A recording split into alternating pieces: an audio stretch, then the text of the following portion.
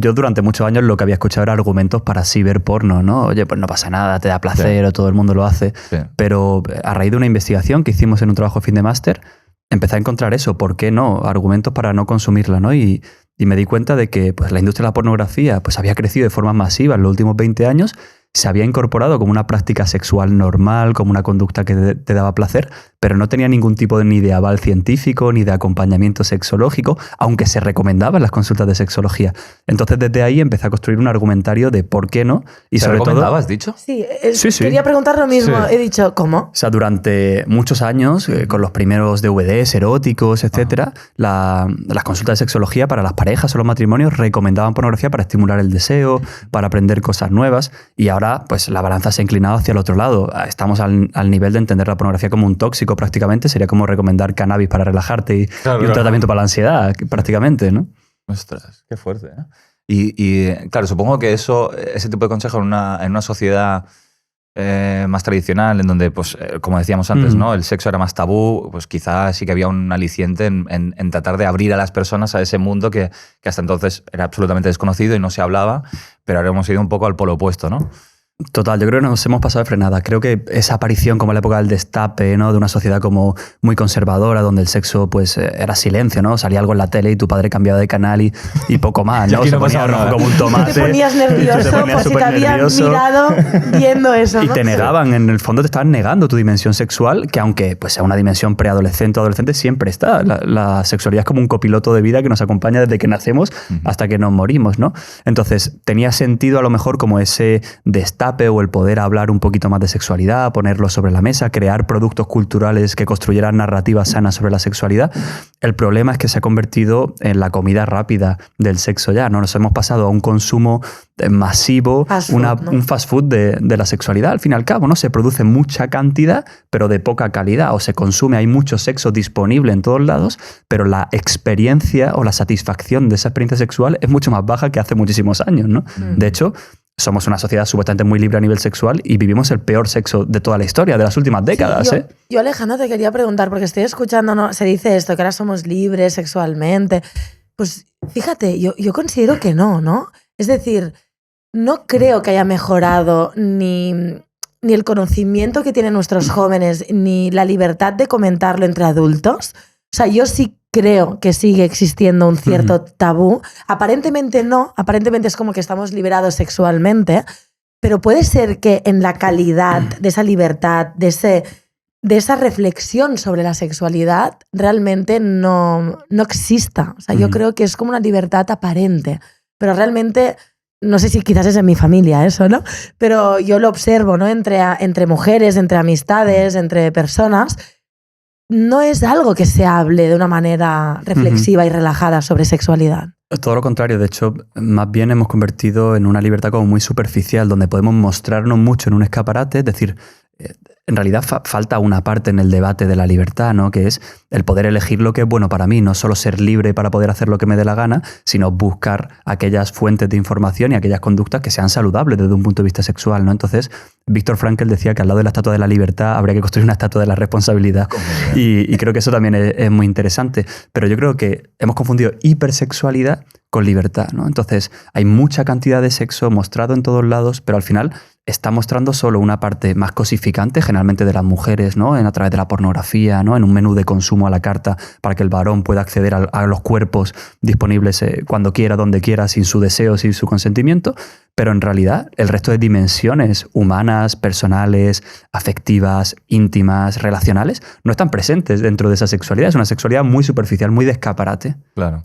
Y tiene mucho sentido verlo así, porque de alguna manera es como que extraes la conducta sexual de todo el contexto que lo acompaña, ¿no? El contexto afectivo y demás. Más allá, en tu consulta, porque me comentabas previamente, nos comentabas que tienes tu consulta y que tratas a parejas y demás. Entiendo que es un tema recurrente en tu consulta. ¿Habría un top 3? Es decir, aparte de pues la gente suele consultarme por esta problemática sexual o esta disfunción sexual, o si pudieras tener que hacer una clasificación según tu experiencia. Bueno, esto depende del contexto y de cada consulta, ¿no? Pero yo evidentemente, porque se me ha reconocido por este tema, el top 1 es una persona con adicción a la pornografía. Muchas veces la pareja del propio adicto. porque de pronto lo descubre y lo considera una infidelidad. De hecho, hay un fenómeno que se llama el trauma por traición, que se produce en la pareja que descubre pues, que su pareja o su marido es adicto a la pornografía. Me decía una mujer el otro día, mi marido se masturba conmigo, no tiene sexo conmigo, ¿no? O sea, esa sensación, esa vivencia como muy superficial de estar siendo utilizada, ¿no? Eso sería, el top 1 sería la adicción, luego profundizamos si queréis. Y luego me encuentro mucho con temas de abuso sexual, desgraciadamente, es una demanda muy habitual en la consulta por trauma y que también se relaciona con otras problemáticas de la sexualidad. Y a mí me llegan muchos casos también de problemáticas relacionadas con el orgasmo, en el caso de las mujeres por no llegar al orgasmo, en el caso de los varones a veces por no llegar a la eyaculación o al orgasmo o por tener una eyaculación rápida, que a veces se relaciona también con el consumo de la pornografía por esa expectativa o por esa vivencia como muy irreal de la sexualidad, que cuando quieren compartir esa relación sexual, pues su cuerpo, su memoria procedimental está muy acostumbrado a ese tipo de sexo, ¿no? Yo Alejandro, te quería preguntar, antes de seguir en temas más específicos, en general, la dimensión de la sexualidad, ¿qué peso tiene para nuestro bienestar, para nuestra salud? Porque yo creo que desde que somos pequeños, pues nadie nos explica, me ha gustado mucho lo que has dicho tú, que es algo que nos acompaña desde que nacemos hasta que morimos, ¿no? La sexualidad. Pero que realmente es clave para nuestra vida. Hay personas que pueden pasar por la vida que la sexualidad la tienen totalmente silenciada y no es nada clave en su vida, o a todos, nadie se salva, es una dimensión sí o sí a gestionar, a atender y a cuidar. Según tu visión y según tu experiencia, esa dimensión de la sexualidad, ¿qué poder tiene en nuestra vida? Yo creo que tiene una potencia muy, muy fuerte, ¿no? Y al fin y al cabo a veces confundimos sexualidad con conducta sexual, y la sexualidad también es el deseo que tengo de vincularme con el otro, la necesidad de sentirme querido, cuidado, también es la manera en la que nos relacionamos, evidentemente cómo expresamos nuestra intimidad, cómo revelamos nuestro yo, cómo nos exponemos a esa vulnerabilidad compartida. Entonces la sexualidad, desde que nacemos, está presente y que en cada etapa requiere de una atención o de, bueno, pues unas necesidades diferentes en función de cómo vamos evolucionando. Lo más importante es entender que la sexualidad humana pertenece al reino de la libertad. En los animales pertenece al reino de la impulsividad o de la necesidad. Yo tengo un estímulo, tengo una respuesta, ¿no? Viktor Frankl, que como veis me gusta mucho, decía que entre el estímulo y la respuesta hay un espacio, y en ese espacio está nuestra libertad. Ahí es donde está nuestra sexualidad.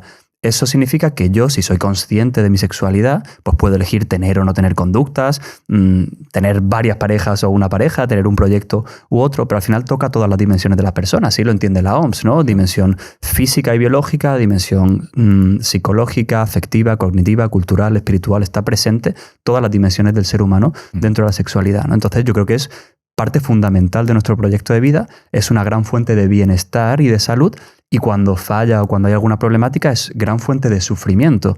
Y cuando un paciente sufre o una paciente por algo que tiene que ver con la sexualidad, se le genera un gran estigma, algo que debería hacer de forma natural o normal, pues eso le genera como muchos problemas de autoestima, de incapacidad, y más con los modelos de sexualidad que tenemos, que se basan mucho en el hacer más que quizá en el conectar, ¿no?